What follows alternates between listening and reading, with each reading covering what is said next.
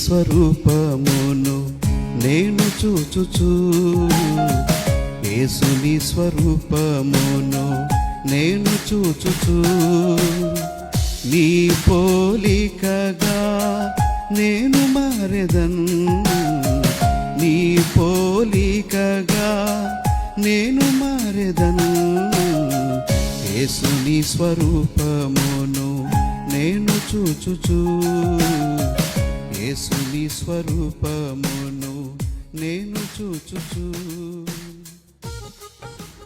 ఆశీర్వాదాలన్నీ నావే, మనసును స్వాధీనంలో ఉంచుకొనుట.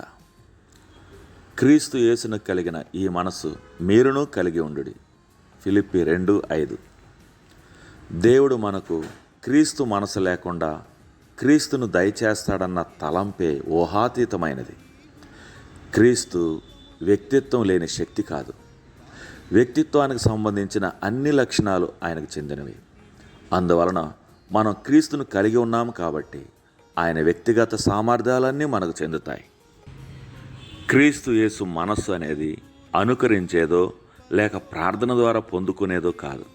మనలో జీవించే సంపూర్ణుడైన క్రీస్తులో ఒక భాగం ఇది.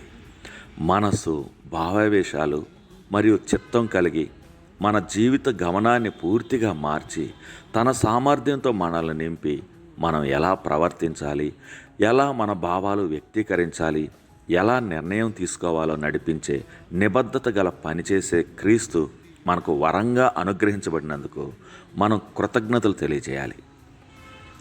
ఫిలిప్పి 2:5లో చెప్పబడిన ఈ వాక్యం మన జీవితాలలో దాసును పోలి ఉండుటను గురించి చెప్పిన సందర్భంలోనిది. చాలామంది ఇతరులకు సేవ చేయడాన్ని ఒక అసహ్యమైన పనిగా ఎంచుతారు.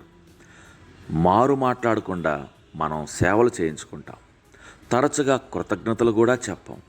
మహిమాన్విత శిఖరాల నుండి శిలువ మరణం పొందేంతగా ఆయన తనను తాను తగ్గించుకున్న విధానం మన ముందుంచబడి ఆ క్రీస్తు నమ్రత ఒక మాదిరిగా మరియు ఆయనను అనుసరించమనే పిలుపుగా చూపబడింది.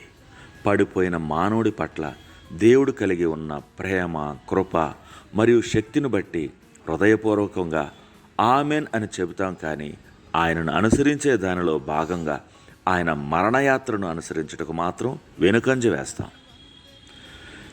ఎక్కుట కంటే దిగుట, గొప్ప చేసుకోవడం కన్నా తగ్గించుకోవడం, ఉన్నత స్థితిలో కూర్చోవడం కన్నా తక్కువ స్థితిలో కూర్చోవడం, కడిగించుకోవడం కన్నా కడగడం, ఉన్నత స్థానాలలో ఊహించుకోవడం కన్నా తక్కువ స్థానాన్ని కోరుకోవడం, రాజకుమారుడు మెత్తని మంచి దుస్తులు ధరించుకోవడం కన్నా ప్రజలలో మరియు పాపులతో కలిసి పూజించడం వంటి నిర్ణయాలు ఎంపిక చేసుకున్నట్టుకు మనల్ని ఉత్తేజపరచమని క్రీస్తు యేసు మనసుని అనుమతించే పిలుపు ఈ వచనం. మన ప్రభువు ఇవన్నీ చేసింది ఒక మాదిరి కొరకో లేక తనను ఏదో చూపించుకోవడానికో కాదు. సంపూర్ణుడైన దైవమానవుడిగా ఆయన జీవితంలోని సహజ సిద్ధ నైజం ద్వారా ఈ పనులు వాటంతట అవే జరిగాయి. ఆయన ఈ లోకంలో ఉన్నప్పుడు చేసిన సేవలను ఏదో కొద్ది కాలం పాటు చేసే వెట్టి పనులుగా, ఈ కొద్ది కాలం తరువాత ఎలాగో తన తండ్రి మహిమ చేత మహిమపరచబడతాను కదా అని ఆయన అసలు అనుకోలేదు.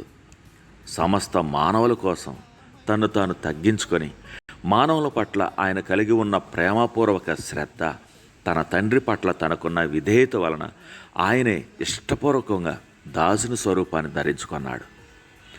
మన మనస్సులు, చిత్తాలు ఆయనకు సమర్పించాలని క్రీస్తు ఎదురు చూస్తున్నాడు. ఆ విధంగా మనం చేస్తే మన జీవితం, మన పనులు క్రీస్తు ఈ భూమి మీద జీవించిన జీవితాన్ని ప్రతిబింబిస్తాయి. గలిలయలో జీవించినప్పుడు క్రీస్తు కలిగిన మనసుతో ఏకసారూప్యంగా మన మనసు కనబడుతుంది. ఆయన జీవించిన ప్రకారం జీవించడం మనల్ని సంతోషింపజేస్తుంది. ఎందుకంటే ఆయన మన ద్వారా జీవిస్తున్నాడు. తండ్రి, క్రీస్తు కలిగిన మనసు నాకు ఇచ్చినందుకు వందనాలు. ఈరోజు నా ఆలోచనలు, నా నిర్ణయాలు, నా భావాలు ఆయనకు సమర్పిస్తున్నాను.